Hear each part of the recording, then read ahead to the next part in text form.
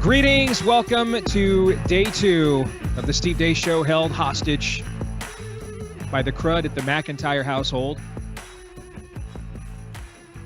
A ton of people here in Iowa are sick. I mean, my wife's been telling me, for example, the entire support staff at the clinic where her Christian therapy clinic has now, the last person standing went out sick today. The entire support staff has been sick. So Aaron is a little better. I did get a chance to actually speak with him this morning, but now Mrs. McIntyre is down for the count, and she's just in no position to watch the babies. They don't want to bring grandmas over and get them all sick, right? I kind of don't want to have him bring it into the studio and get us sick. So we just made the decision this morning, best to just bite the bullet with another stripped-down version of the show today and give the McIntyre household an entire weekend to heal up. And then just come back out guns blazing on Monday. So another Steve Deace Show Unplugged. I'm here, Steve Deace in the Man Cave Command. Todd Erzin is back there in the studio.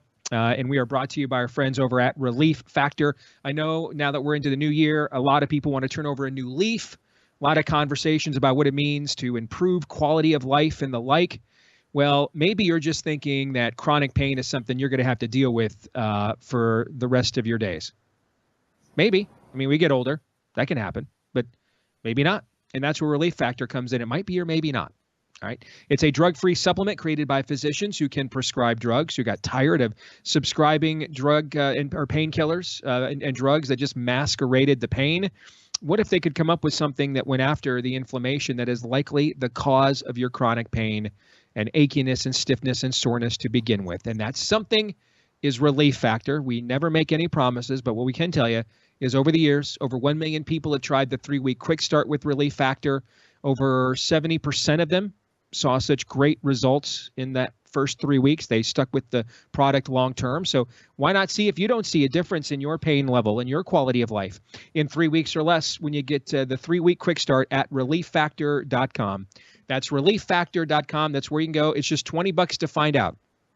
$20 to find out. Relieffactor.com, or you can call them 800-4-RELIEF, 800-4-RELIEF, or relieffactor.com. All right, so with no Aaron, no Deace group this week, we will have Feedback Friday, though, next hour. But Todd, there's a few headlines I think we should try and discuss and get to here to lead off the show in the first hour and break them down further. And I want us to tread lightly on this very first topic, but I think that it has to be addressed. With Aaron here, I don't have the capability to show you guys the video for itself. If you go to my X feed, at Steve Deace Show on X, at Steve Deace Show on X, you can see the new video that was released this morning, a new angle of the crash in D.C. That we now have 67 confirmed dead, no survivors, and it involved a Black Hawk helicopter colliding with a descending, just about to land airliner from American Airlines, a flight coming in to D.C. Reagan National from where, I mean, I have flown in and out of Reagan National a ton of times. And this flight was from Wichita, which isn't too far from here, so it's from our neck of the woods here in the Midwest. And there have been a lot of questions about this. And frankly, the President of the United States has been raising questions about it from the very beginning. We talked about this briefly yesterday. We are not in any hurry, particularly when loss of life is at stake, to be the first to get something wrong and regret it later. And that's just always been our policy here on the show, is we wait till we have actual facts we can comment upon before we make statements of certainty. And so we only touched on it briefly yesterday. I did mention that President Trump said, hey, this looked to me like it was preventable, and that new Secretary of Transportation Sean Duffy said it was absolutely preventable. Okay. Then we waited for more information. And first thing this morning, a new video came out. And I don't know. I mean, if you just watched the video, and you didn't know anything about the circumstance, and like many of us, all we know about aviation and aerodynamics are, put your tray up on final descent. All right. Have your seat buckled when you're sitting in your seat. Okay, I mean, and count your lucky stars if you take off and land on time. Okay, that's pretty much all we know. Todd, fair? That's what 90% of us know about aviation and aerodynamics in this country. Fair? Right. Sure. Okay. So if you didn't know it, if you're in that 90 to 90 some odd percent of people who don't know anything else beyond that, and you didn't know the circumstances of this story, that this was a helicopter colliding with an airplane, you don't know anything. Someone just shows you this video. And again, you can go see it right now on my X page, at Steve Deace Show on X, at Steve Deace Show on X. All you know is someone drops this in your feed and says, what are you looking at? You would say, well, I said, and I think many would say, that looks to me like a missile headed right for an airplane. Todd, what were your immediate thoughts when you first saw this new video? There was absolutely zero apparent attempt to avoid contact.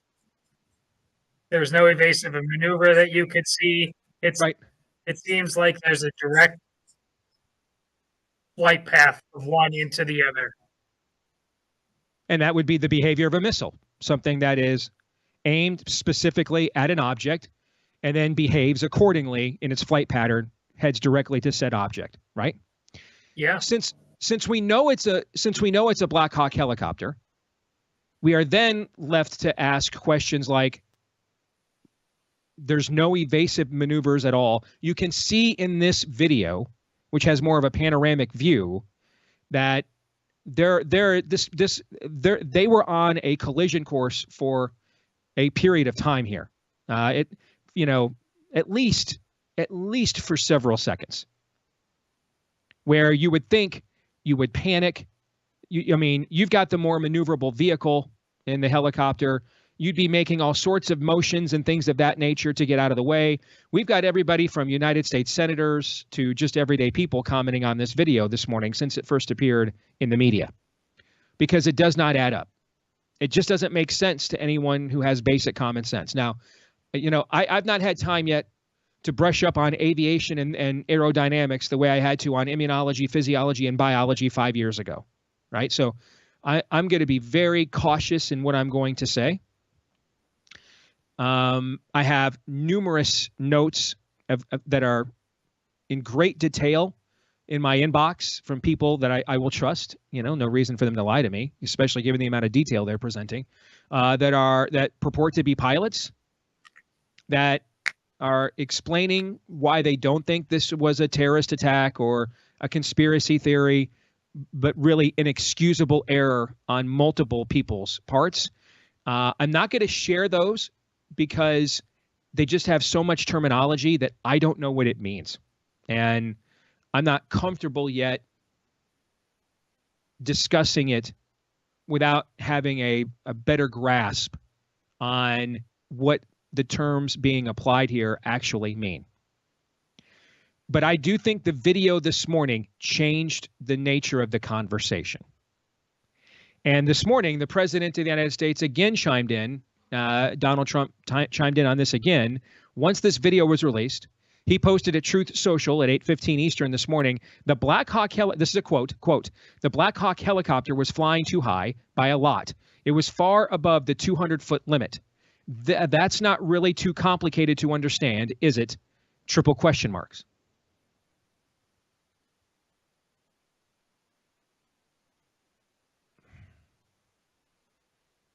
I don't know. Here's the thing. I don't know if too complicated to understand means, hey, the helicopter just got too high, made a mistake, and that's what caused this. Or the triple question marks mean, why did they get that high and what don't we know? I think the more prudent conversation to have about this right now, Todd, is something that we have alluded to, and I've talked about a lot, that has become really the biggest challenge in this career for me, and knowing what is even true to comment upon. So this morning, there was trending all over social media, because here's the thing, and this is what happens when you've been lied to a lot, In fact, let me backtrack and start here. I don't blame anybody at all for questioning everything. I don't blame anybody at all for seeking alternative sources of information. It would be very difficult for any alternative source of information, even if they were intentionally trying to deceive us, to be more dishonest than the traditional and conventional and official sources of information have been over the last several years. So I don't blame anybody for that at all. We have had a run of trainee terrorism in this country, numerous school shootings, etc. And so you put all that, Todd, as the show ombudsman here, okay? You put those ingredients into a bouillabaisse called culture. You show this video, which doesn't make any sense to people that are just like, no one's panicking. And I've got emails from pilots giving me very complicated, explanations for how a Black Hawk helicopter would not have seen a plane like right in front of them, which blows my mind. Assuming that's all true, we've got quadrillion-dollar budget technology, and there's nothing. There's no gauge, nothing that says pull up, pull up, pull up. Here comes something. That blows my mind. And if that's the case, it makes me wonder, why hasn't this happened like dozens of other times then? But those are conversations and topics that we'll have later on. For right now, I want to have the epistemological conversation, because what happened is a man got thrown into this, a guy who thinks he's a woman and is serving in the military as a pilot. His name is Joe, I believe. And he got thrown into this online all this morning. And there were claims he was dead. There were claims that he did this as an act of terrorism, et cetera, et cetera. It turns out the dude's very much alive and is, rightly clapping back at those who falsely implicated him. At the same time, we are in a culture that has been awash in acts of madness and violence from people with gender dysphoria. We have been lied to more times than we can count about basically provable things like natural immunity. Like Donald Trump signed into law the largest tax increase of all time the last time he was president. And then we all got our pay stubs, and there was more money in them than there were before. So we knew, well, that's not true. And then no one that told us this came back and said, oh, yeah, our bust. We got that one wrong. No one did that. No one admitted to anything for the last several years of the scamdemic and came back and said, oh, man, we just overreacted right there. Please accept our apologies. Nothing. Just no self-awareness at all, which has led Todd to, saying on our show frequently, the lie is the point. But somewhere in here, and Todd, I don't know where it is. And I will tell you, for me as a Christian doing this for a living, this is one of the biggest personal challenges I have, because God's law comes first. I'm commanded not to bear false witness, right? On the other hand, folks, if I sit here and wait until official channels confirm everything before we talk about it, I can't do this job because of how long they take and then how often they lie when they actually give us an explanation. So this is the first time, Todd, that this kind of the intersection of these various cultural impulses have come to a head in the Trump era, because he's only been president for a week. And so we're watching them kind of handle this, where the people running the departments are giving very guarded specifics in Pete Hegseth and Sean Duffy, while the president is kind of out there both the last two mornings in a row, pushing the Overton window open with a crowbar a little bit wider and a little bit wider, right? So just your overall thoughts on the challenges of truth-telling in a post-truth culture, and how we have to be careful that we don't end up so eager to affirm our own narratives on our own side that we then end up losing the moral high ground unnecessarily at the same time. Here's my narrative. Under no circumstances do I or you have to accept that there's any explanation that's going to make us nod and say, yeah, I get it now, that a helicopter slammed into a plane in our national capital. I, even the pilots coming back at this, I'm glad they're trying to clear the air, but I think because of everything you're mentioning, Steve, it's causing people listening in a world who just this month, Steve, the LA fire, what we've told you. If you feng shui, if you look at it this way, you can understand how LA almost burnt out. January 1st, 2 terrorist attacks. Steve, as you've mentioned many times, we still don't know any details about the guy who shot at President Trump. And so even when good-meaning people try to say, well, here's some of the details, the lights on the plane bleed into the city lights. You have the helicopter pilots looking out the window. Okay, doesn't matter. What matters is the environment created by Jake Tapper and Chuck Todd and the former Karine Jean-Pierre press secretary, who have made lying the point for so long. And therefore, when we speak, we have to realize, no matter who we are, that lasting through that is got to be our imperative. No matter what your good intentions are, you could be used as a useful idiot for promoting all manner of nonsense because of the lack of context. I know you're trying to be a good guy, you have expertise when you're talking as a pilot, but there's all kinds of people who are going to just say, trust the experts.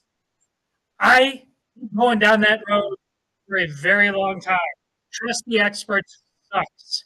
Even if you're an expert that had nothing to do with making that a problem in this culture, we can't trust it anymore. Mm-hmm. You're a damn fool if you do. We've just seen it in COVID in the last couple of days. They're trying to do it right now with RFK Jr., like a total tin pot for bringing up that anything could be possibly bad with traditional religion. These are all interrelated. Steve, the conversation you had yesterday is today's conversation. Our experts have let us down at every turn, and a lot of them plan on doing it again. We are being manipulated as we speak. What do you think of the dynamic of the president using his bully pulpit to pry open the discussion zone or the Overton window on this story on consecutive days, while the specific department heads have been cautious about providing cautious about providing details?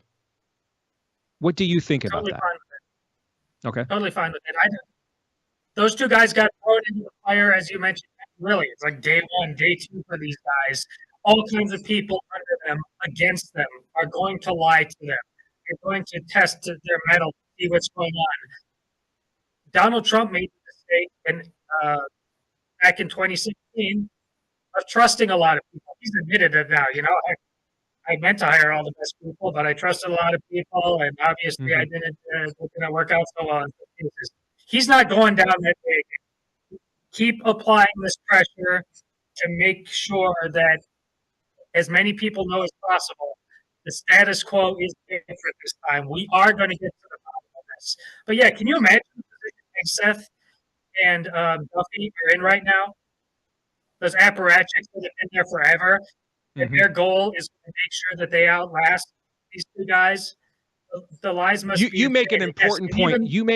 You make an important point there, which is these guys are so new on the job, so few of their underlings are probably in place, that they are relying on much of the pre-existent bureaucratic administrative presence to funnel them information.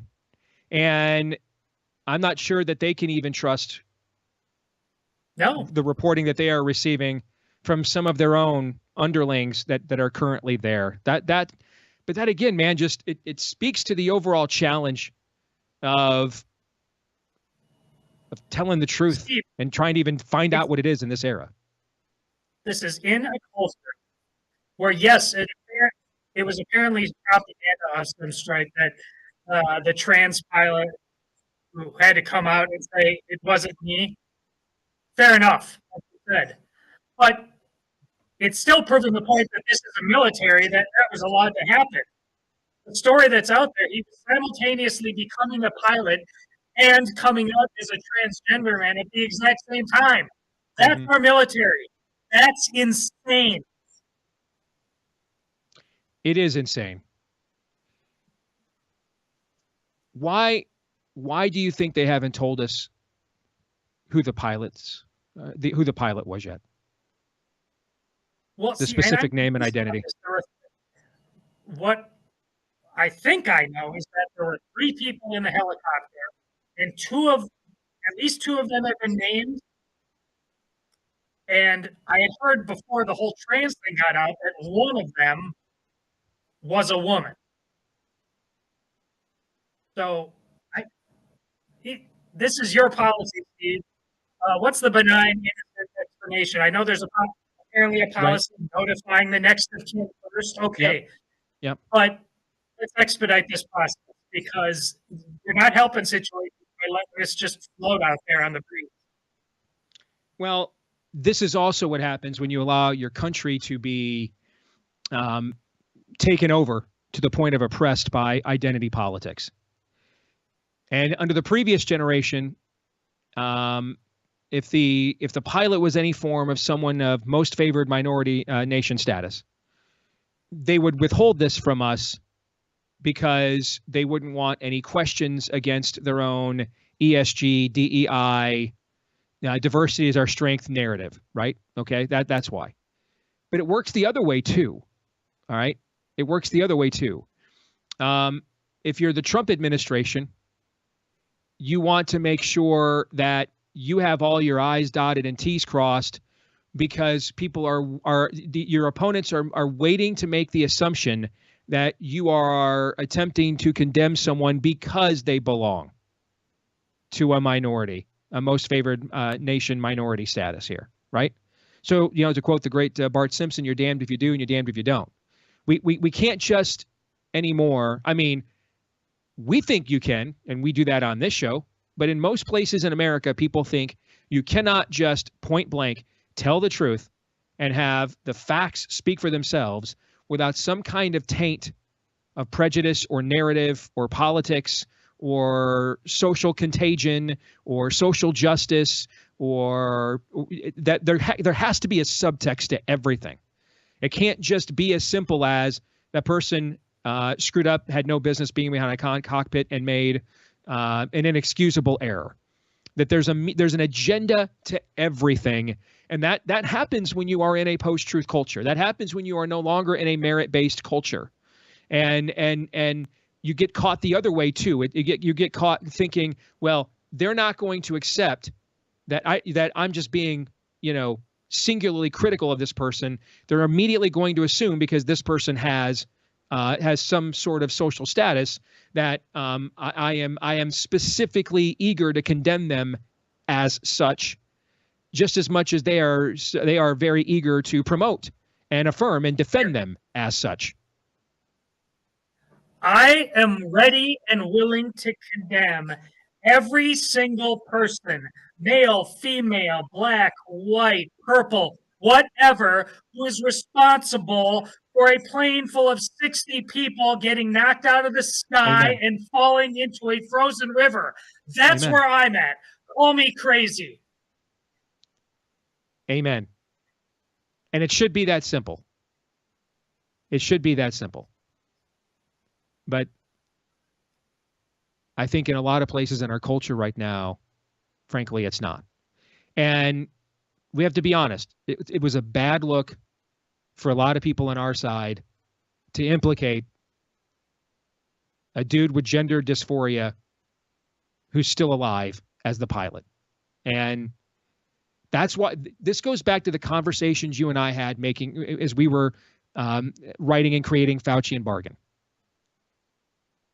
We both knew if we got one thing wrong, it would be used to discredit the entire book. So we could only put in there what we knew was right, that we knew we could prove at that time. Even though there were a lot of things that we could have put in there that we would have ended up being right about as time went on, but could have been used if we overextended ourselves, could have been used to discredit our book, Faucian Bargain, at that time, because we outkicked our coverage here. And so, we actually wrote a pretty conservative in terms of temperament and narrative. We wrote a pretty conservative book. We didn't try to connect a lot of dots on narratives and answer a lot of people's questions.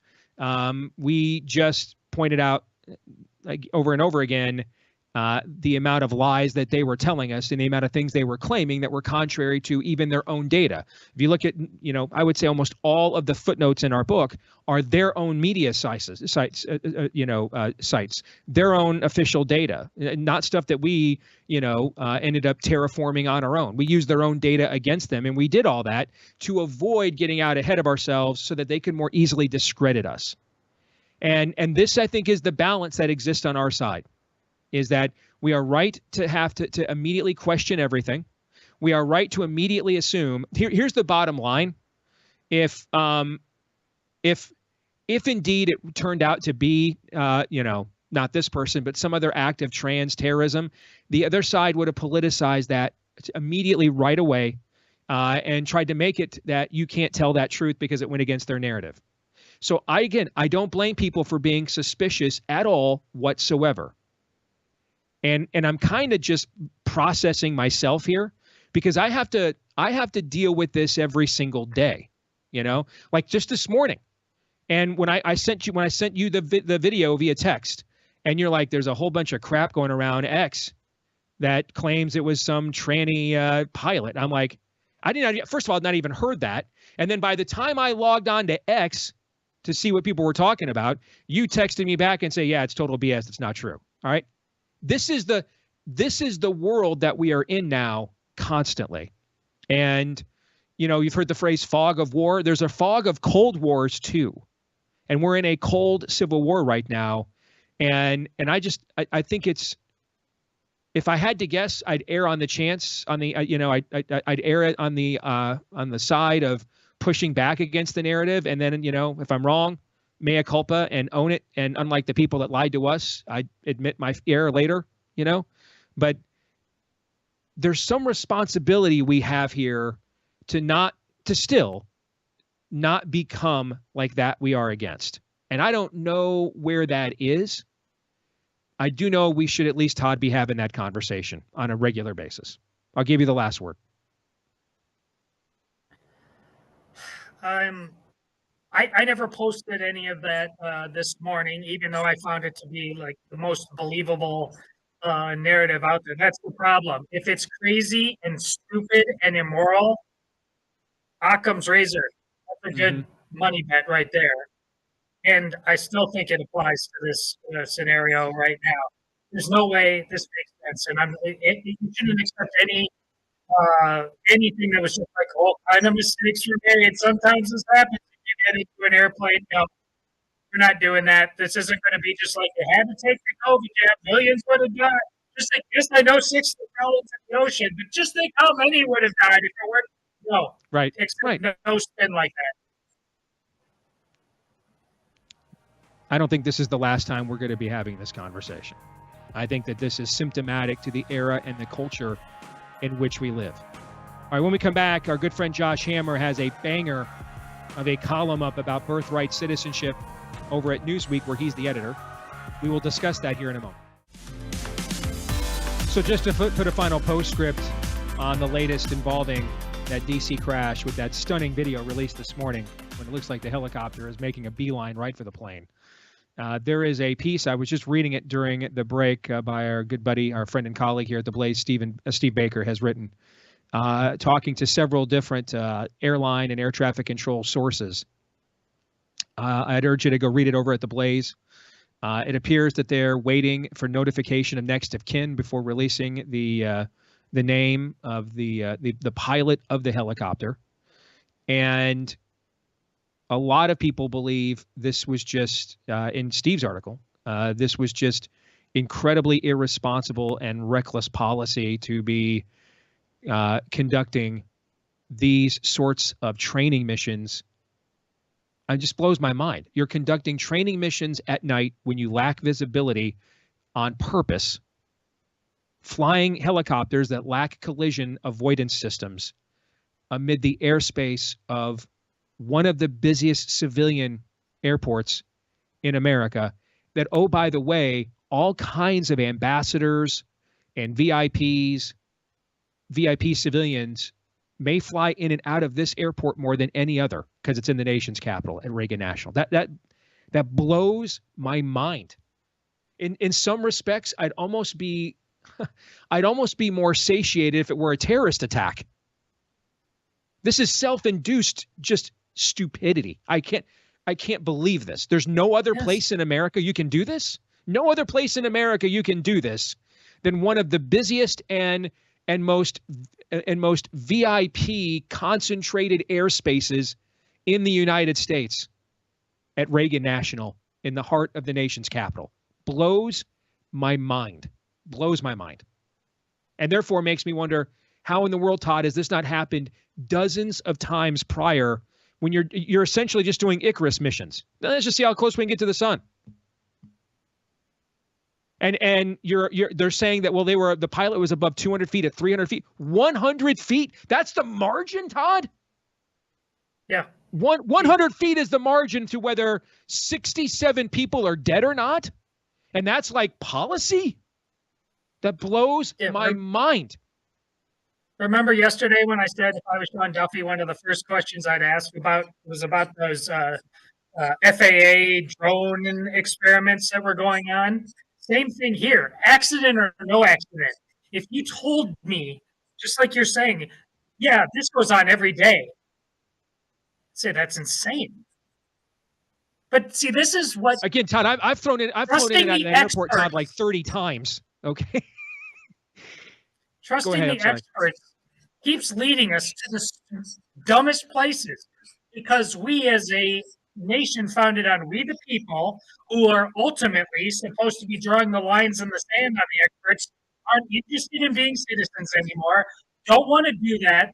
Let them have their way with all manner of things, which means whether we like it or whether we like what happened to this individual or not, that trans pilot should not be a pilot, should not be in the military.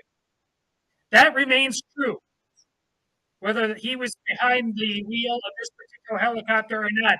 And that's true of all kinds of expertise. It has gotten out of control and it needs to be reeled in. But if you're not going to do it in a land of we the people, in a representative republic, it's not going to happen. And the Frankenstein monsters are going to get worse and worse and worse. Ask yourself how many times you've nearly missed your flight because of a mile-long line at TSA, because old ladies, false hips have to be checked. Your crevices have to be dug into. Okay. Your bag, your carry-on bag with the same laptop you brought every single time gets pulled aside and has to be looked at every single time. Meanwhile, over the nation's capital, where some of the most important people in America fly in and out, and then the rest of America flies in and out at one of the highest rates in the country every day. Hey, we're going to go ahead and use that as a petri dish to do military training at night when visibility is negatively impacted, flying machines that don't have the Blackhawks apparently do not have collision avoidance systems like a commercial airliner would have, meaning something would kick in when they sensed something and immediately begin trying to divert off of that path. They don't have that. The stuff that we are doing to ourselves on multiple fronts, it is a race to the bottom in this country between the people who hate us and then the people running the joint. Who can just end this thing called America first? Just our own arrogant stupidity, and then the antagonism and antipathy and lack of of regard our enemies have for us. It blows my mind. But this entire story, go ahead, Todd. Go ahead. There's all kinds of people in that government right now that Duffy and Hegseth are fighting through. But they want to tell us that even though we saw for months that the economy was tanking and we couldn't afford things, that the economy was okay. Even though the border was wide open and our women were getting raped and murdered, that the border is really secure. You just feel that coming with this thing. The skies are really safe, even though there's 60 dead in the frozen river. Yeah. Stop lying to me. Amen. And this story, by the way, yet another reminder, we just cannot let our guard down. Make sure you're prepared. You just never know. You never know. You never know when you're Western Carolina. You never know when you're Southern California. You never know. In this day and age, make sure you're prepared. You've got the medications you need from our friends over at Jace Medical. Get the Jace case, where they have lined up 5 of the greatest antibiotics that have ever served humanity, like amoxicillin from the family of penicillin, doxycycline, and more. You can get the basic Jace case, and you can expand it as well to the things that you need. They've got an ever-growing menu of meds there, and really practical things like EpiPens, award-winning things like ivermectin, right? You never know when the next award-winning drug might be suddenly labeled horse paste and dangerous. You just if you've listened to this entire hour, you've been given another sad, tragic reminder. That our agencies and institutions are captured and just simply can't be trusted. And the amount of untangling that the Trump administration is going to have to do over these next 4 years to put even a dent in all of this is supernatural, frankly. So make sure you're prepared. All right. One small thing you can do is get the Jace case, and you'll get it at a discount with the code DACE10 at checkout at jacemedical.com or jace.com. JASE is where you want to go. JASE, jace.com. Use the code DACE10 at checkout for a discount on your order. That's jace.com, code DACE10 at checkout when you go to jace.com. All right, switching gears on the topic of birthright citizenship, because this is the very first really multi-front big issue fight that the Trump administration has launched. They've launched attacks on virtually every issue, but a lot of those issues are things that are current. That the other side, that the left is trying to call settled science or settled law, or that's just the way we do things, and people are used to getting the check now, so you can't take it away, kind of stuff. The one idol that they're trying to smash that has stood to the point of nearly obtaining relic status that they are launching an attack on is birthright citizenship. And we've talked quite a bit on this show, and I've the one time Rush Limbaugh read an article I wrote and said my name on the air, and like many people, he didn't know who I was, so he said it wrong. But is an article I wrote about immigration policy at Town Hall several years ago when we were with Salem. And so we've talked a lot about this. It's a topic I know a lot about. We mentioned our friend and colleague Daniel Horowitz wrote a great piece about it, but also our friend, who's not a colleague, but is the editor over at Newsweek, Josh Hammer, with his legal expertise. So Daniel and I, when we tackle these things, these canards of stare decisis, which means whatever I know they'll tell you that it means precedent stands, and and mounting precedent, and then the more the precedent is cited, the more accurate that or the more standing that precedent should have, which all sounds well and good, but that's actually not what it means. What it means, that's what it's supposed to mean. What it actually means is whatever a pagan judge conjures from the bowels of his depraved mind is now law and can never be undone. That's what it means. Because that's the way they behave. You know a tree by its fruit. Not what it says it is. It's what it is. It is. And usually what it does, it is. And when Daniel and I go after this stuff, we have enough legal knowledge to write about it, but it's constructed, since we're ideologues, as an ideological exercise. What Josh has written here, as an attorney, Duke Law, former clerk on the U.S. Court of Appeals, what he's concocted here is a legal pushback. And so I find what he has written here to be a banger. Josh writes, less than 2 weeks into his second Trump presidency, the fear-mongering has already reached fever pitch. He can't do it. The critics have invariably howled in decrying the president's landmark day one executive order upending the status quo or birthright citizenship for the children of illegal aliens. And yes, make that term. You know, everybody wants to bring back gay, retarded. No, bring back illegal aliens. Bring that term. Let's make that term great again first and foremost. We can talk about the others later. The usual suspects in the punditocracy say Trump's order is blatantly unconstitutional and it violates settled law. Perhaps it's even nativist or racist to boot. Like the Bourbons of old, pearl-clutching American elites have learned nothing and forgotten nothing, because when it comes to birthright citizenship, the virtue signaling and armchair excoriation is not just silly, it's dead wrong on the law. Trump's January 20th executive order on birthright citizenship is legally sound and fundamentally just. The maestro of Mar-a-Lago deserves credit, not condemnation, for implementing such a bold order as one of his very first second-term acts.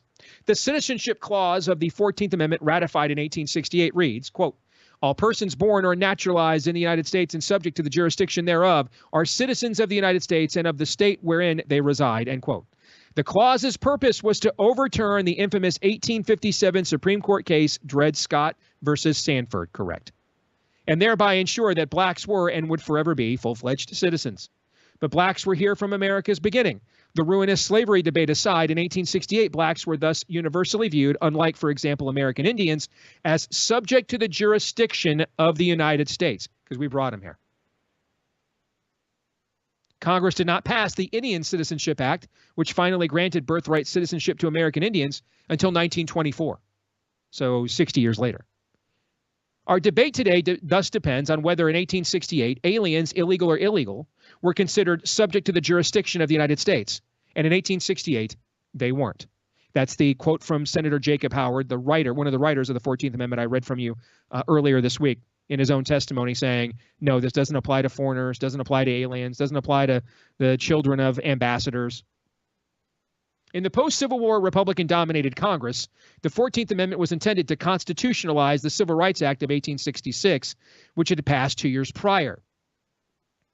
Representative James Wilson, a Republican of Iowa, who was then House Judiciary Committee chairman and one of the leading drafters of the 14th Amendment, emphasized that the amendment was, quote, establishing no new right, declaring no new principle, end quote. Similarly, Senator Jacob Howard, the Republican from Michigan, the principal author of the 14th Amendment's Citizenship Clause, described it as, quote, simply declaratory of what I regard as the law of the land already.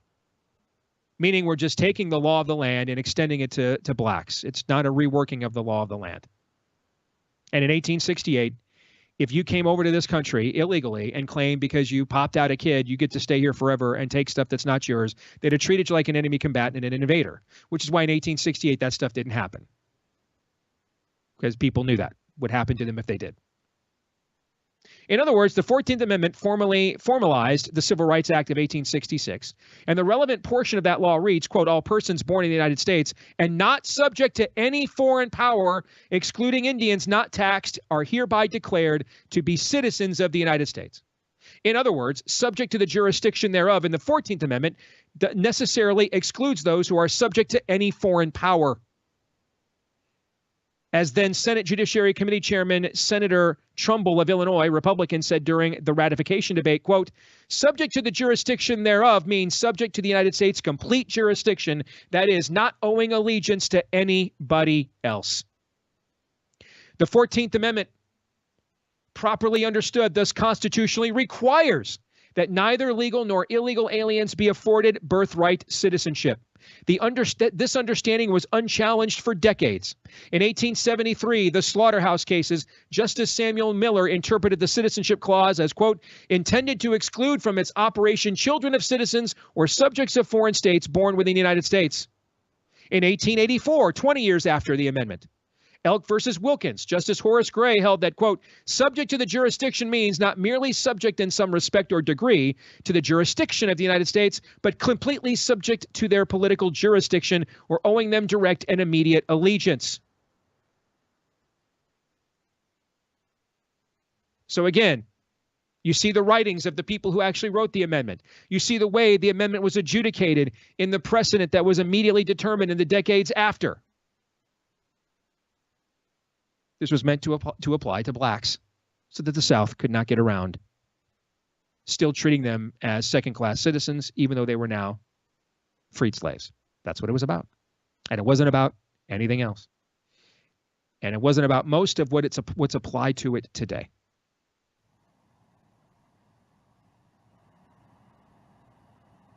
Because you can see that in the testimony of the men who wrote the amendment, and then the actions and precedents set by the courts in the immediate aftermath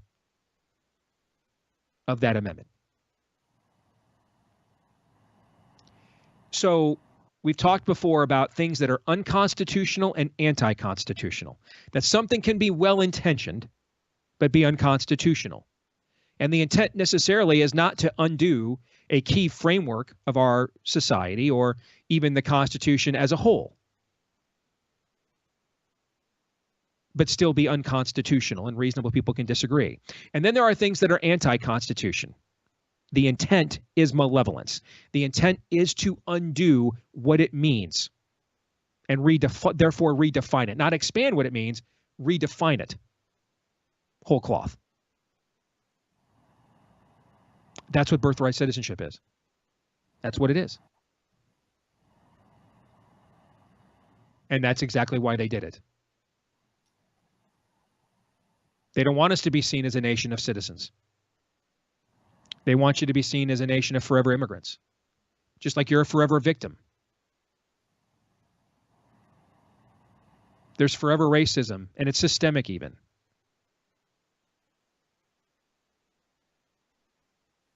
The intent is to undermine and undo our way of life with the expressed written purpose of replacing it with a different way of life. These are worldviews that cannot coexist in a country, in a culture. And they won't for an indeterminate amount of time in this one either. One will eventually reign, and the other will not. Feedback Friday is next. All right, back here with Hour 2, another Deace Show Unplugged. Aaron out sick again today.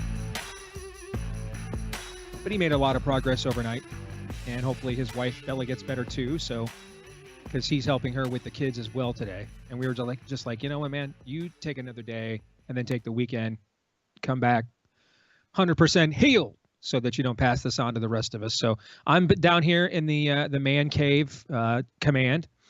Todd is back there in the studio over Zoom. We're kind of giving you a makeshift edition of the program. We thank you guys for being patient with us over the last couple of days. And you can let us know what you think about what we think via the stevedeace.com inbox. Email us, steve@stevedeace.com. That's DEACE. Like us on Facebook, MeWe, and Gab. You can also follow me at Steve Deace Show on X, Instagram, and TikTok. Please don't forget to subscribe to our brand new YouTube channel as well, at Deace Show on YouTube. That's at Deace Show on YouTube. And then if you like the podcast edition of the show, please leave us a 5-star review wherever you podcast from. Thank you if you have done that. Also hit subscribe or follow if you're on iTunes. And that way, every time we drop one of these new episodes, it drops right there conveniently in your podcast feed. And thank you if you've done that as well. Thank our friends over at Angel Studios for producing yet another quality film with a redemptive story arc. Their latest in theaters this weekend. If you're looking for a little date night action, you could do worse than Brave the Dark. It's an inspiring tale of redemption. One young man, Nate Williams, witnesses a horrific, awful event as a child. And, of course, exposure to that level of darkness comes with great consequences. And he spends the rest of his life as he's growing up trying to escape those demons. And he's not all that successful until he encounters one man of faith, his teacher, Mr. Dean, who decides to personally invest in Nate and to try to give him a second chance to turn his life around. So I think you'll really enjoy the movie. It's very well acted, and it's based on a true story as well. And you can get your tickets today at angel.com/Steve. That's angel.com/Steve. Name of the film, Brave the Dark. Name of the film, Brave the Dark. And you can get tickets today at angel.com/Steve. And with that, Todd Erzin, it is time for some Feedback Friday. You ready to go? I hope so. All right, let's let it rip. This is from Ray Phoenix, who says that I have betrayed my principles, that I am a hypocrite, and that I did also, I let Trump and people off the hook for COVID-19 and their role in it because I was desperate to win against Kamala Harris and therefore sold out on the issue that essentially helped to make my career. All right. So I want to make sure I make this very clear. I'm always happy to address these kinds of things. Now, if I address them every time I got something like this, it's all we would ever do. And then it would delve into the self-serving, you know? And so just like last hour, I was talking about what is the balance, and I don't know that we're going to find it. I just think we should be seeking it, you know? I'm not sure there's a defining line, but it's just something we should be self-aware about. What is the line that we don't want to cross where we're now guilty of violating God's law against bearing false witness? But at the same time, we are not, we're wise as serpents and innocent as doves here at the same time, in that we are being lied to on a systemic level and have been for several years now, and can trust virtually no corporate, official, mainstream source at face value any longer. So what's that line? What's that balance there, right? And the same thing goes here when it comes to me holding myself accountable to the same standard, to the same standard I hold everybody else. You know, now, if I just sat here and answered this stuff all the time, it would come across as defensive, self-serving, okay, and all those kinds of things. At the same time, at some juncture, man, I got to let you guys hold my feet to the fire and see how I respond, right? So, because I do know there's a portion of this audience that feels that way. Let me address it this way. You know a tree by its fruit, okay? So, in exchange, so was voting for Donald Trump in this last election, if you were aware of the scamdemic and its impact and its consequences, was voting for Donald Trump in this last election a righteous act? Well, you know a tree by its fruit, right? Well, here's what you got for that vote. Here's what I got for the vote. I got an entirely new healthcare bureaucracy that's going to be run. Three of the most prominent agencies will be run, we hope, if they all get confirmed. RFK Jr. at HHS. You have Marty Makary at FDA, and you have Jay Bhattacharya at NIH.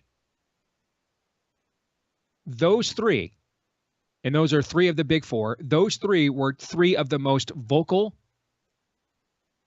dissenting voices during the scamdemic. And now, because Trump won, they might be poised to take over the healthcare apparatus from the people that did this to us before. All of the soldiers, and I would defy you to go get anybody who has given more coverage and done more to expose what was done to our military people via the COVID, the COVID NADA vaccine, that has any kind of platform of consequence that's done more than I've done with all the platforms, by God's grace, that I have. Over 8,000 of those people that were purged out of the military, they've been fully restored. And they've been offered to be made whole for what they suffered. That may not be sufficient justice for some of you, but as far as I can tell, Todd, it's the only justice out there that's on the horizon, or at least the only one that's been offered. And these forms of justice occurred because Donald Trump won. So if you know a tree by its fruit, I think the moral ROI on the Trump vote worked out pretty well on the COVID front already. And I'm sleeping pretty good at night, actually.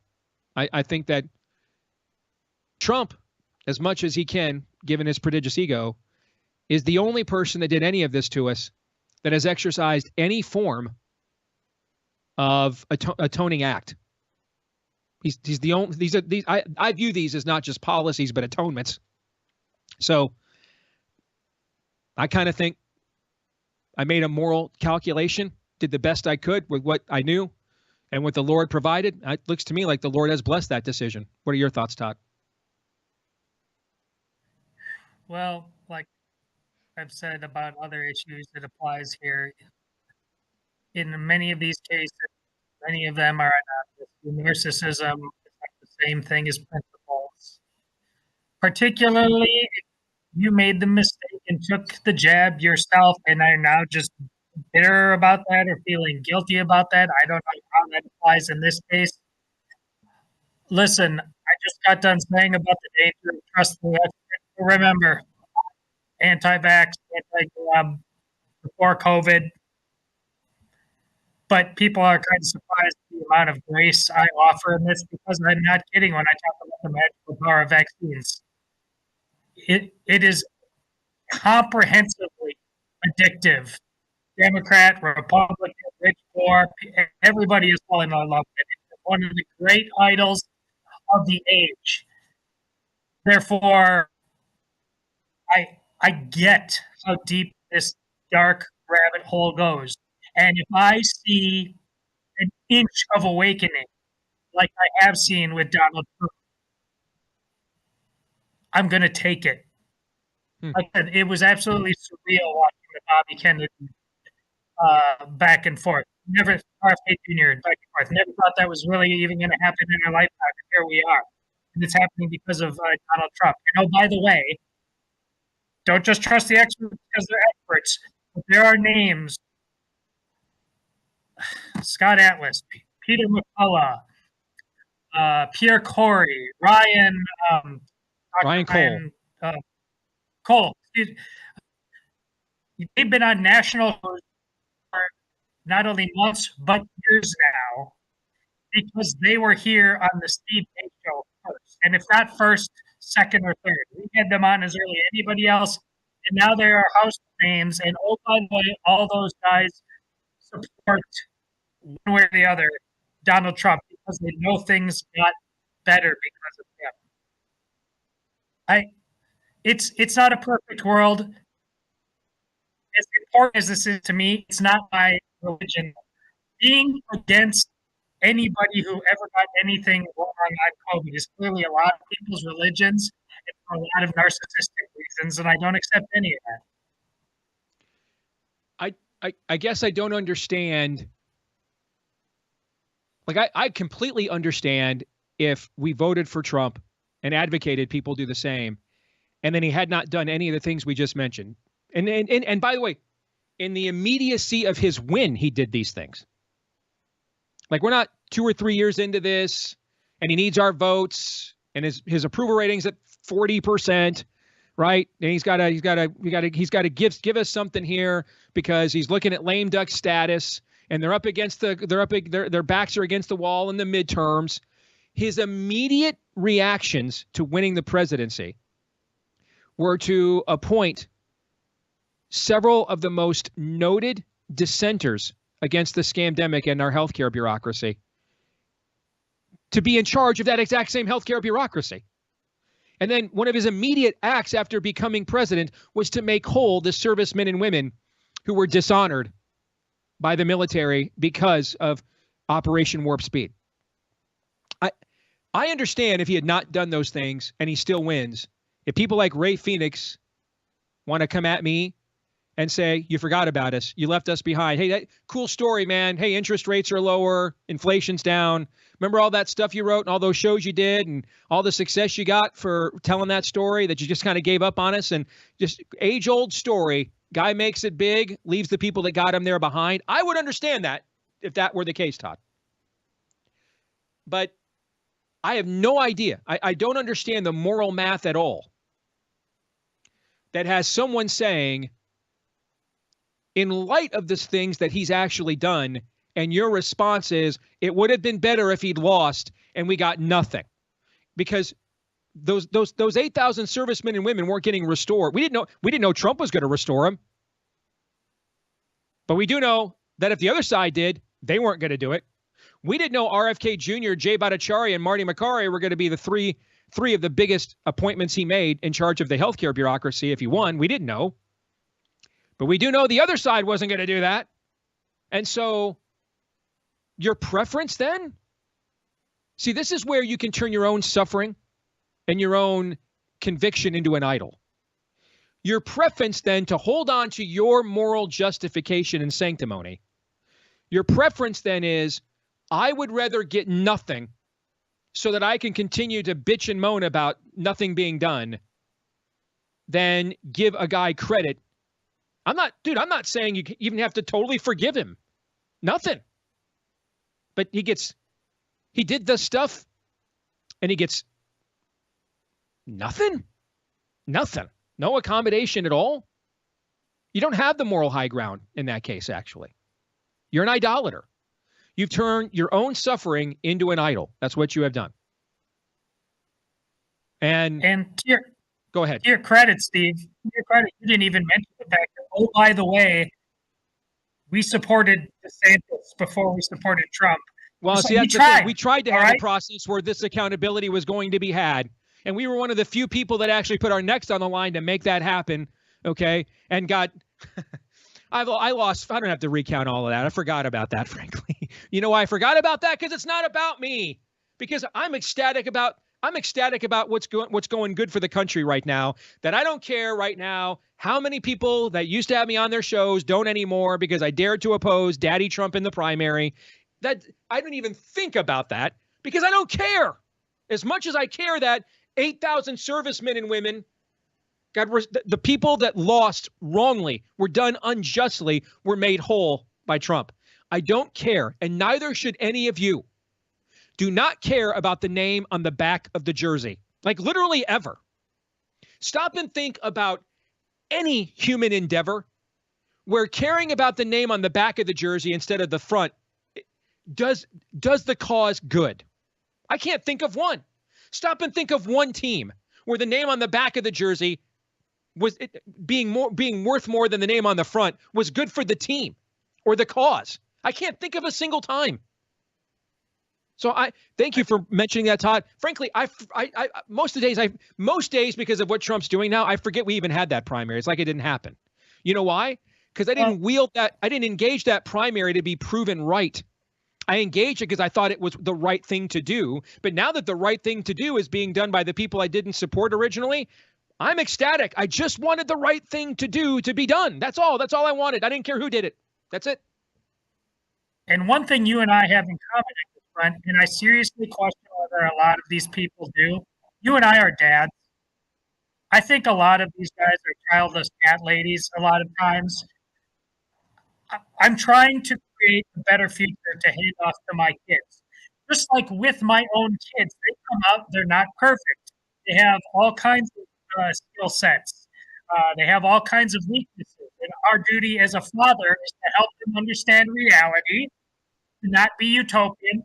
You're sinners, generally speaking, and specifically, this is the areas you need to work on. These are your gifts. You really need to honor those, even if sometimes they're, not all of us appreciate how to use our gifts all the time. That's our duty as fathers, so that they can do that.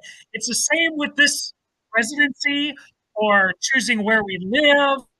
We all are ultimately trying to create a better future with imperfect material. Mm-hmm. And a lot of these guys, I'm convinced, there's a lot of reasons they're none.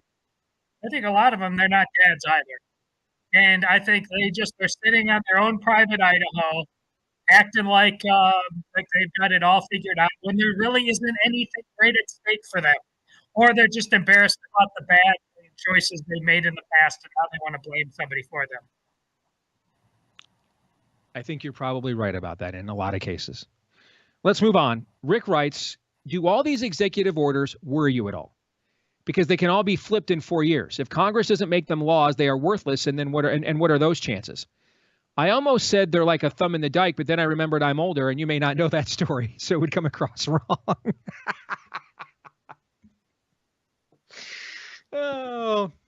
I'm old enough. I'm 50. I'm going to be 52 later this year, Rick. So I grew up in West Michigan, so I'm well aware of the little Dutch girl plugging the hole in the dike. But I hear you knocking. I see you. I know where you're getting at. As to the executive order stuff, am I concerned? No, I'm not concerned about the executive orders. I am concerned about why we have to take this approach. We have a broken social compact. There no longer exists a common value system that unites not even majorities, by consensus, the American people, regardless of their politics. That doesn't exist any longer. And so therefore, we are coming undone on multiple levels. And the normal process by which these issues or differences would have been adjudicated is so tainted that it's just not available to us. And without revival, and we haven't said this in a minute on our show, but never forget, this is revival or bust. Without revival that will reinstall those foundations. The Bible says, how can the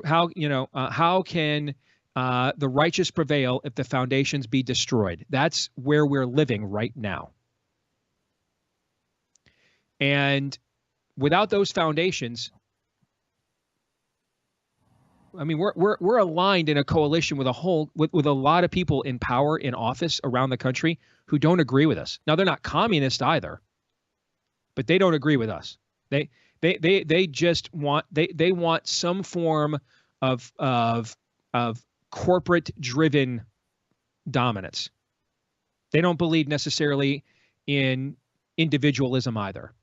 They don't believe they're fearfully and wonderfully made, each individual in the likeness and image of a loving and holy and righteous and just God, and that he has no respecter. They don't believe that stuff either.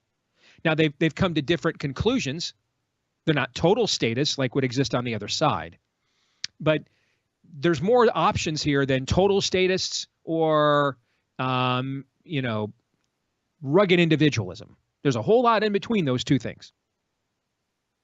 And a lot of these Republicans we've elected are a whole lot of that in between. They're not with us. They're not necessarily with them, but they're not with us.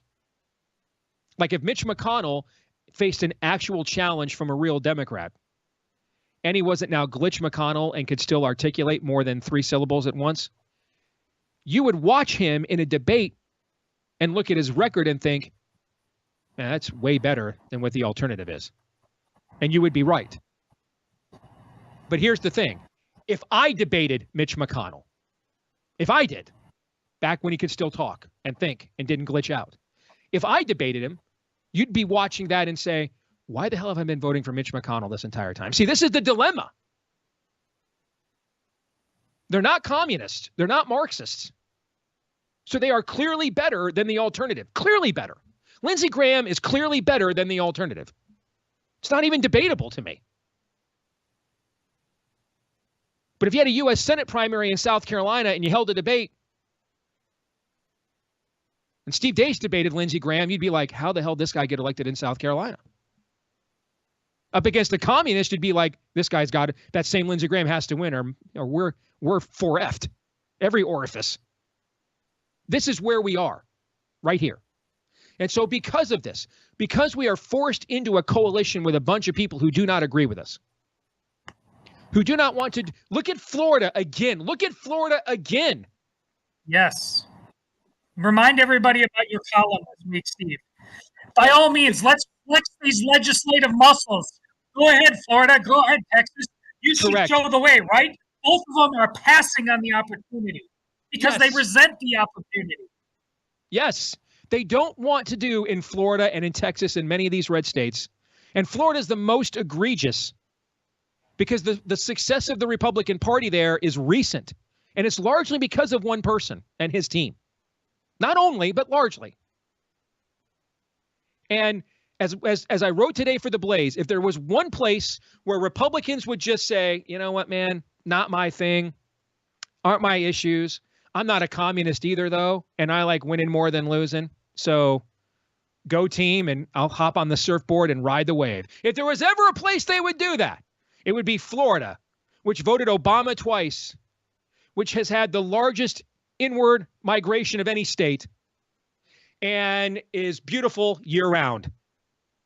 If there was ever a place just to get comfortable, settle in, and take yes for an answer, and take the dub, it would be Florida.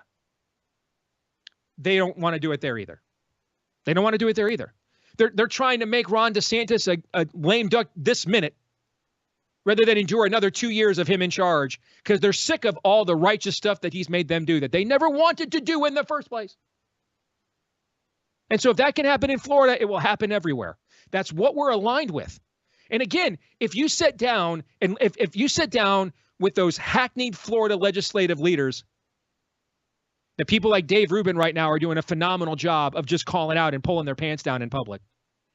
If you had them, if they sat down and debated the Democratic Party in Florida, now, first of all, you got to find it. Hard to find the Democratic Party in Florida because DeSantis has just utterly routed and dismantled it. But if they did, you'd be like, wow, that's way better than what the Democrats are offering, because that sounds very hammer and sickle to me. And you would be right. But if Ron DeSantis debated these Florida legislative leaders, you'd be like, how are these people in the same party? This dynamic exists almost everywhere. Almost everywhere. And so we're in this position where we're so close to the brink of the total statist having victory, we just cannot afford to, quote unquote, teach Lindsey Graham a lesson. On the other hand, there's no long-term future in continuing to reelect people like Lindsey Graham. That's not any solution long-term to resetting the board of American exceptionalism in a constitutional republic. Well, then, Steve, how do we get out of that? I don't know. That's best I got is revival or bust. And until then, just do all the best you can do. And that brings back to the executive orders. There is simply no way you're getting Republicans in Congress to ban, they wouldn't, there's no way they'd ban Pride Month within the federal government like Trump just did via EO. No way they'd do it. No freaking way they would do that. In fact, they can't wait for Pride Month because they're longing for the few times a year that maybe they can genuflect to the spirit of the age enough that MSNBC will stop saying mean things about them. So this is the dynamic we're in. This is what the Republican Party is in most places. And therefore it requires, quote unquote, red Caesars to act and essentially drag the Republican Party into a war it doesn't want to wage, across the finish line of a race it doesn't want to win, and to therefore do things it doesn't want to do. That's where we are. So I'm concerned not about the executive orders, Rick. I'm concerned that that's where we are. Because this isn't a long-term e pluribus unum plan either. That every election cycle now, a dramatic reassessment of what God-given rights mean and what the limits of the coercive power of government actually is.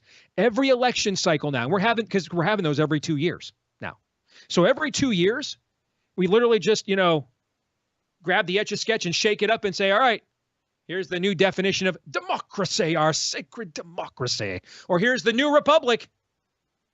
Here's your new constitution. Here's your new commands. New way of life just dropped. We're doing that every 2 years? Yep. Yeah, we are. Yeah, we are. Because we're at the stage of a divorce where both sides are just staying together because they can print money, or in a human case, because neither one of them wants to be the one to go to the kids and break the thing up and be the bad guy. That won't last very long, though. That relationship either gets healed, or eventually they just resent each other so much that it ends more destructively than it would have ended even earlier. That's where we're going. So pray a lot. But that's where we are. So no, I'm not concerned that Trump is using the executive orders. I'm concerned that he has to. Todd, I know you want to talk. Go ahead. Well, I just want to echo your point. And this came up on Wednesday when our friend of the show, Aaron Reale, brought up the same thing. But I don't be too smart by half. Think about the reality we actually live in.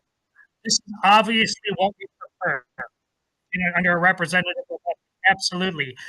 But when you bring this up, think about how many American men share your concern versus how many American men right now spend their time with an OnlyFans account or some other metric. Mm-hmm. And once you simplify it that way, you realize executive order the hell out of this thing, because that's the only chance we got right now. There's way too many men who are just tap out on being a man, citizen, etc. They got other stuff to do. OnlyFans is a great reference point for where we are as a culture. I'm not even kidding. And I'm not either, because we've never had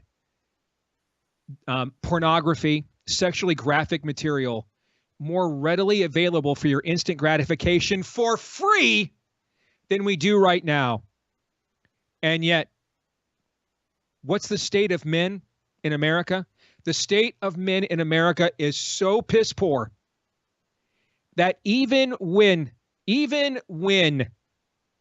they can get their freak on with porn and it's readily available for free, they'd still rather pay for it. I got nothing. I got nothing. When that's where we are. It's available for free almost anywhere on the internet. I want to look for it within just a few clicks. But I would still rather give a young prostitute on OnlyFans a $50,000 a month wage when that's what I make for a year. I just, nothing better says the state of manhood in America than that. It's both stupid and immoral. All right? And immoral and stupid. That's where we are. That is where we are. And that's also why, again, without a few well-placed Red Caesars, this is where we are. We'll come back. More Feedback Friday in a moment. All right, back here on the Steve Deace Show. If you are thinking, hey, new man in charge, new sheriff in town, time to get that whole thing we used to call real estate going again in America, because it's been a sluggish last few years. You still need a real estate agent you can trust if that's you, and we can help you get one. Where? Name says it all. Head over to realestateagentsitrust.com. That's, again, realestateagentsitrust.com. We will connect you with an agent either in your area or the area that you want to get to or out of. And someone, not just any old agent, but one who's got a track record of success that we have verified and validated. Otherwise, we wouldn't have them listed in our database. We wouldn't be recommending them to you, our very precious listeners and viewers, without whom there is no such thing as the Blaze. Speaking of which, a lot of times you're going to find these agents are from the same audience as you. They come from right here at the Blaze. So they share values with you as well. So whether you are looking to get across town, or you need to take a trip and move and relocate across the country, get to where you ultimately need to go. That's across the finish line with the win, the satisfactory conclusion, and an agent that can get you there and you can trust to get you there. You'll find them at realestateagentsitrust.com. The name again says it all. Go to realestateagentsitrust.com. All right, back here, one final segment on a Feedback Friday, and let's continue here. I want to get to this note from Leo. Leo says that I know as a Christian I am to love my neighbor, and as such, I should have sympathy for those affected by the wildfires in California. I don't. I know I'm painting with a broad brush, but the people whose homes are burning down are the same people who cheered when soldiers like myself who refused the vaccine were getting kicked out of the military. They celebrate when Christians have their children taken away to be transed. They revel in pride and other parades. They want to foist their debauchery on the rest of us and destroy our society, country, and our way of life. They laughed and ridiculed the dumb hillbillies of North Carolina when their lives were destroyed by Helene. They said it was judgment for supporting Trump. They voted for the very politicians that created the conditions for this very disaster, failing to store water, failing to clear wildfire fuel, cannibalizing fire services to fund nonsense, and creating a sanctuary to shelter illegal aliens, at least one of which is thought to have started the fire. Many of these people are wealthy and affluent. While I don't begrudge wealth, I do begrudge the use of that wealth to destroy my country and society. So why should I pity them when their wealth is taken away? Should I weep for the people of Sodom or Gomorrah? Should I shed tears for the prophets of Baal? Should I pity Korah or Dathan or Abram of or Corin of Levi and Dathan and Abram of Reuben and their families? He's citing some of the worst clans within different tribes of the 12 tribes of Israel from the Old Testament. Were the people of California not given a land of milk and honey, only to turn from the Lord and declare themselves almighty? You've spoken of politics becoming a zero-sum game. At this point, my sympathy is becoming zero-sum as well. Please tell me when I'm in error so that I can be true to the faith. That's from Leo. Well, Leo, brother, I would actually point to the very first thing that you wrote. Let's go back. Let's go back to this very first thing. I know that as a Christian, I am to love my neighbor as myself and as such. Stop. Full stop. Full stop right there. That's the answer. That is the answer. You answered it right from the beginning, brother. Now there's a lot of truth, harsh, cold truth, but a lot of truth in what you said after that. But here's the thing. The Lord who saved you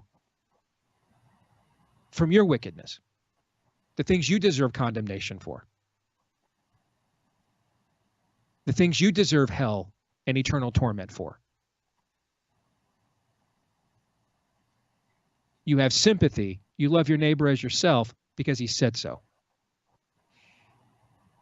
Over the last several years on this show, and I mean, I love the phrase our colleague Ali Stuckey uses, toxic empathy. I've pushed back a lot, and I don't regret any of it.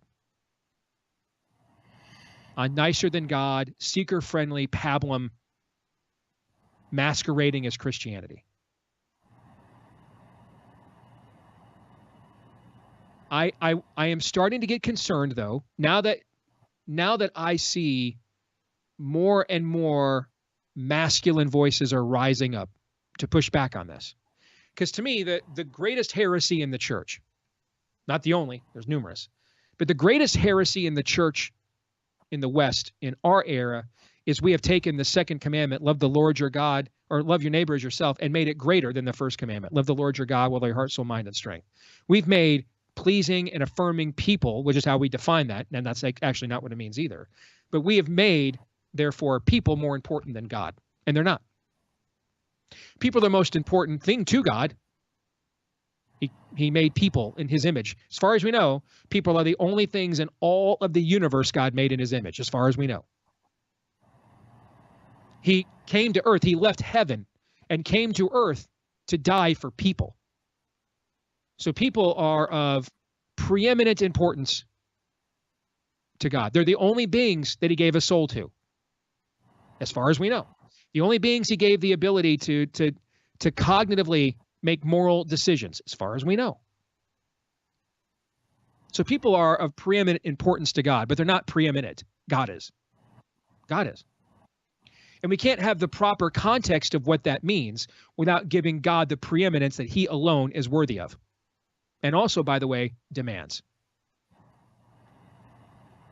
Why does he demand it? Because he's worthy of it. And that puts everything else in its proper context. During one of his harshest rebukes, a letter to the church in Corinth. Now, the church in Corinth, the province of Corinth in ancient Greece, even by the lascivious standards of Greek culture, Corinth was notorious. Think of if all of Greece was like what happens in Vegas stays in Vegas. Corinth was even like where the rest of Vegas is like, we don't hang out there. Okay, man, that's where the really crazy people are at. In fact, the poet Virgil, who was well known at the time, created a phrase about Corinth and the Corinthian people.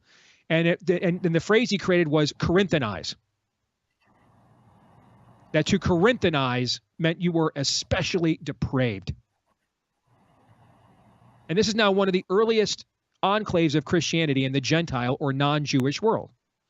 And not surprisingly, with all of these various lascivious Greek temptations, and they're completely surrounded by them, and everybody in that church would have been born into them. They would have been born. This was the baseline culture, temple prostitution, male and female, et cetera, et cetera. They'd have been born into this.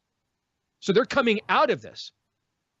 And they're first generation converts, and many of their family members are still immersed in this. Many of the communities and people they hung out with and played with as kids and grew up around are still all totally immersed in this. So not surprising, they're bringing a lot of baggage to the church. And so a lot of rebuking needs to happen. There's a lot of Todd Erzening happening in Paul's letter to the Corinthians, particularly the first one. That's a rebuke. Kick that person out. That's an excommunication. Stop listening to that. Don't let that person ever talk again. There's a lot of that going on. But in the midst of that, Paul writes these words: liars, thieves, adulterers, fornicators, homosexuals will not inherit the kingdom of heaven. But don't stop there. Read the next line. Just like the soft-headed people love, let he who is without sin cast the first stone. They never read the next line. The Lord then looks at the adulterous woman that he has saved from her sins and says, now go and sin no more. They always leave that part out, right? Well, let's not make the opposite mistake. Let's not stop there either to the letter in Corinth and say, because the next line is key. Paul says, such as once were you.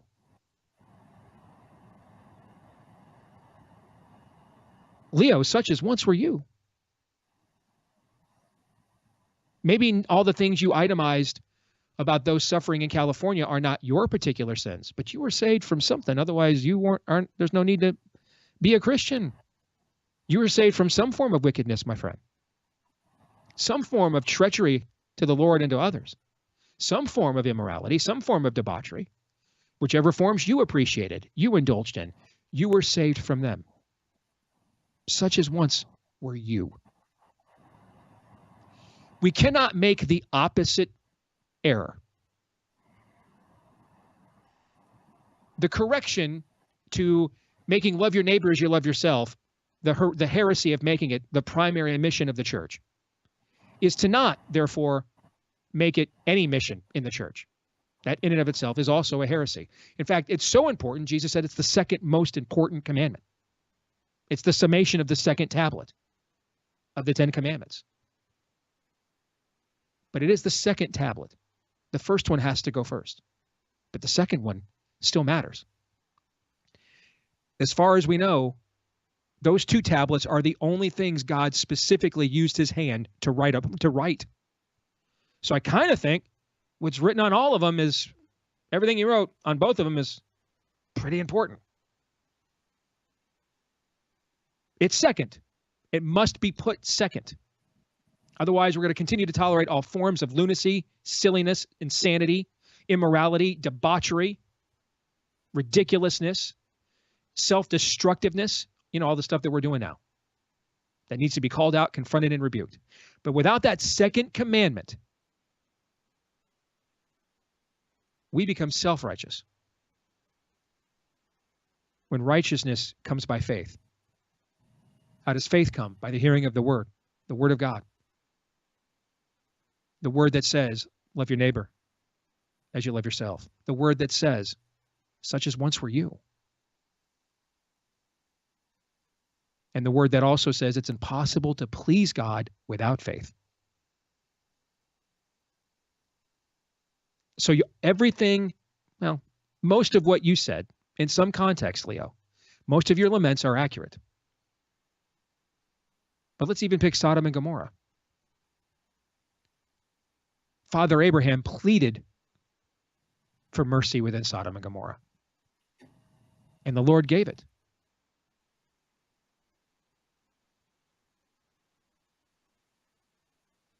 Such as once were you. We can't lose that. Now, a lot of times the world is going to tell us that losing that is because the tone is harsh. Is because, and here's the thing too, when you get all into the tone argument, it's the line from Spurgeon. Weak men always view bold-hearted men as harsh.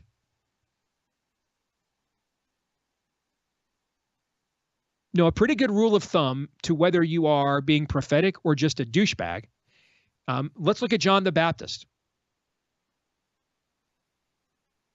I mean, John the Baptist is just Todd Erzening everywhere. He didn't accuse King Philip of a hawk to a Bible study, but he did call him a whore right to his face, in the streets even. Whoremonger right to his face, and his wife, his brother's wife, a whore, right to their faces. Kind of stuff church growth consultants would tell you not to do nowadays. And yet our Lord says about him, no man born of women was greater than he. Huh. But here's the thing, John the Baptist also says, I must decrease so that he will increase. If and there's a big debate going on in a lot of Christian circles right now. And I'm all for a resurgence of masculine leadership in the pulpit. Way overdue, very much needed, very much needed. Men who are given the role, who understand that this is what the role means. What does it mean to be a pastor? You feed the sheep and, proverbially speaking, you shoot the wolves. That's what it means.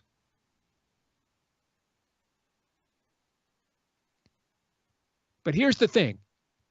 If your antics are such and your tactics are such that you are giving the world more of an opportunity to talk about you than your Lord, that's how you know you've crossed over from prophetic to douchebag.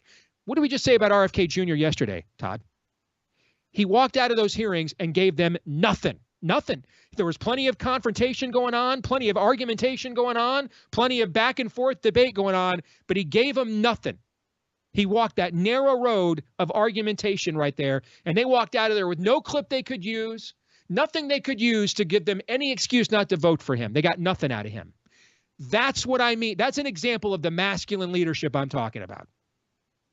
Rebuke happened. Disagreement happened. Confrontation definitely happened. But nothing stupid or sloppy happened. And so you didn't give the system or the world something that they could then use against you to just completely dismiss. We used to call these squirrels on the show. So they can completely dismiss everything you said before and after that.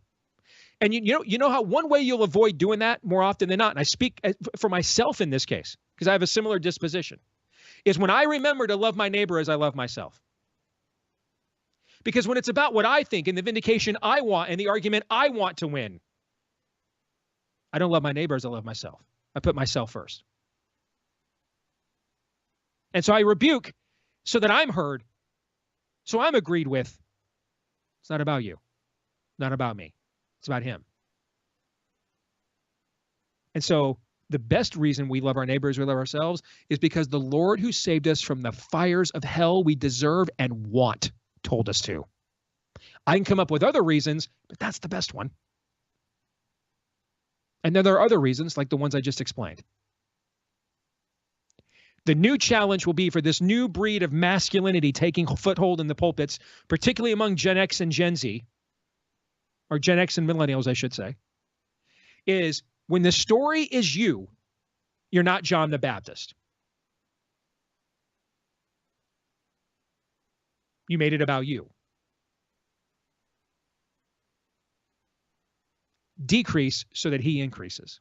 Todd, you have any thoughts on this before we get out of here? Yeah. Judge not, lest you be judged. Very important when and vital dispensing the kind of justice this guy is talking about, because it's one thing to do this from afar. If you didn't, if this standard is important enough, there's all kinds of little Californias right in your own red state backyard. Did you do anything about them there if you had the chance to do so, or did you have excuses? Need to be anonymous, whatever, I'm too busy. See, that's the thing. Are you applying it? You can do something about it. Otherwise, it's just words. And secondly, if you've covered your bases on that front, then on the mercy side of the equation, no matter what you think about judgment, even if it's clearly God's judgment as defined in the scripture, when mercy comes along and does something differently, will you accept it? Because that's ultimately, at the end of the day, that's how God walks, and you must too. Amen. Love the last point you there made. Who knows how many people are going to come to a new level of truth, suffering from the fallacies of their own worldview. But then if we walk in as the sanctimonious know-it-alls, well, we told you all along, they just go right back to the deception and lies that led them into the predicament they're in the first place. Everybody have a great weekend. Hopefully Aaron's back and 100% on Monday, so we are fully loaded again. Until then, Romans 8:28. This is Steve Deace.